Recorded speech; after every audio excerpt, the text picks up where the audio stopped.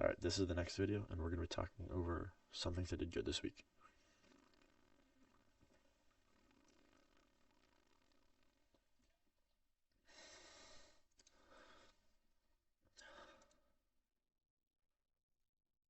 Alright, so name something that you have done well in your trading this week and you want to do more.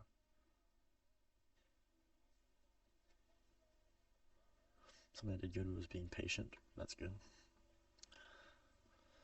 It's becoming easier to follow my rules. I was good at was being patient. I can see it is becoming easier to follow my rules. That's good.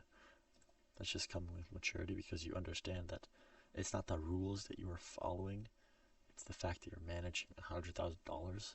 So you have to have a level of maturity in order to take payouts from that. Understand what is hard in the present will pay off in the future, and what is easy in the present pays off negatively in the future. This is very important to understand. You have to understand that not following your rules is easy right now. That's why it doesn't pay off in the future. But following your rules may be hard right now, but that's why it does pay off in the future. Not following rules, I understand that the payout of anything good comes later and the hard work after the hard work is completed.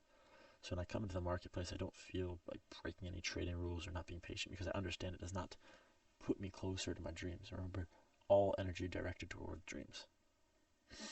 What is something that you could have done better to improve your trading performance? This week, something I could have done better is stop taking those small trades outside or during kill zones. Yeah, this is something that I've kind of been dealing with. Is you kind of get the feeling that you want to, that you can predict price, so why not always just predict price?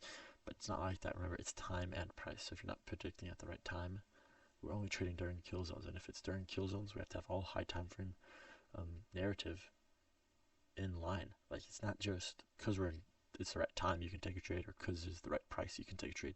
It's time and price.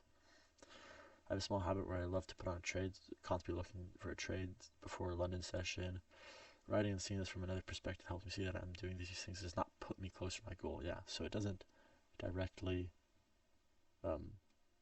put me on the side of my goal. If anything, not if anything, it puts me further away because statistically over time I will see that I lose more than I win.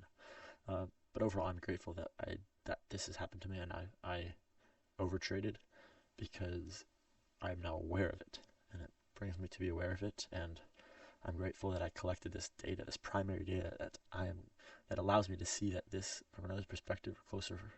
What the fuck does it even mean?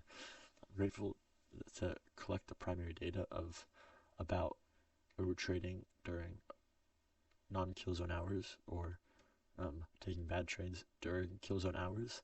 Statistically proven you will win. You will win less than you lose.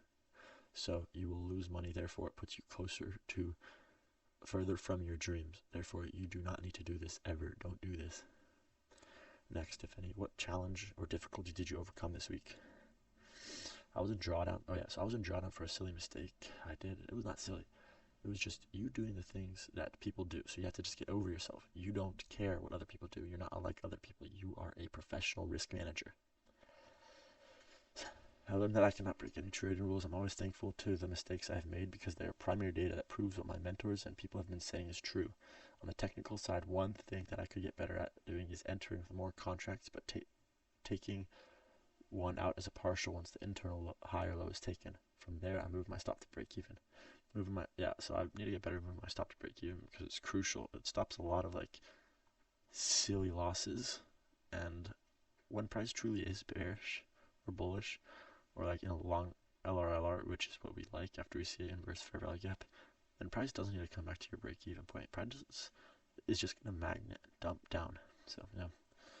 Did you show up every day well prepared? So something is I kind of went to bed a little bit late, so during the next week I'm just gonna focus on waking up earlier and kind of just being more prepared. Getting up around 5:30, market observations. So this is important. I've come to the conclusion that I need to put myself out in the charts and trading alone without a mentor holding my hand or giving me advice. Yes, this helps when I'm hearing the advice that is separate from what I'm thinking on Yes, this helps, but when I am hearing advice that is separate from what I'm thinking, on occasions it will mess me up and sort of pollute my brain and I get brain fog. A good amount of the times I'll hear a mentor or trader say their analysis and be very confident.